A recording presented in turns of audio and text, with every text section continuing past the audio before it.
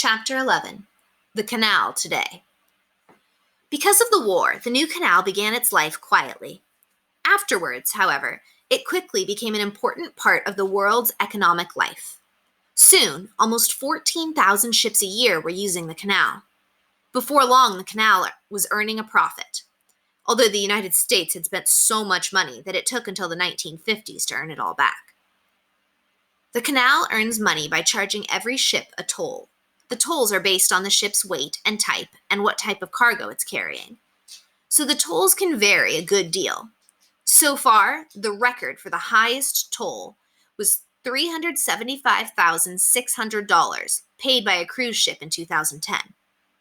On the other hand, when the athlete Richard Halliburton was allowed to swim the entire canal in 1928, he was also charged by weight and only paid 36 cents. The men who designed the Panama Canal tried to plan for all time. They made the locks as big as they thought would ever be needed. But no one had imagined how quickly ships would grow. In 1936, a ship was built that was too big to fit into the locks. From then on, anyone shipping cargo had to decide, did they want the biggest ship they could have, or did they want to be able to use the Panama Canal? Most companies that ship a lot of cargo make their ships exactly the largest size that can go through the canal. This size is known as Panamax. The number of ships that want to use the canal has also grown steadily. Today, there are too many. Only about 35 ships a day can pass through the canal.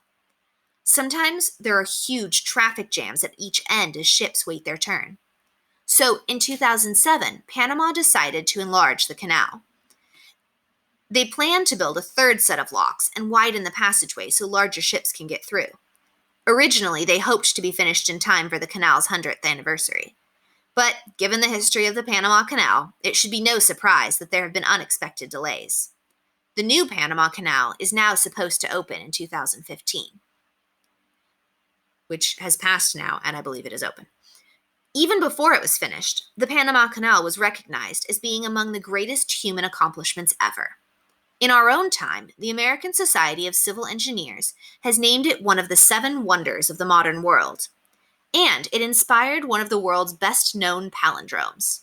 A palindrome is a sentence that reads the same way from back to front or front to back. This clever sentence sums up the great achievement neatly. A man, a plan, a canal, Panama. The canal zone is returned to Panama. Many Panamanians felt that Americans had forced their way into the country. They hated having an American-controlled canal zone and American military bases in the middle of their country. Over the years, the United States' relationship with Panama grew more and more tense. Finally, in 1977, President Jimmy Carter agreed to break the treaty that had put the Panama Canal Zone under American control forever. A new treaty was worked out. The United States would have the right to defend the canal if Panama didn't do it properly. And in return, control of the canal zone would be given back to the people of Panama. Since noon on December 31st, 1999, the canal has been operated by Panama. The end.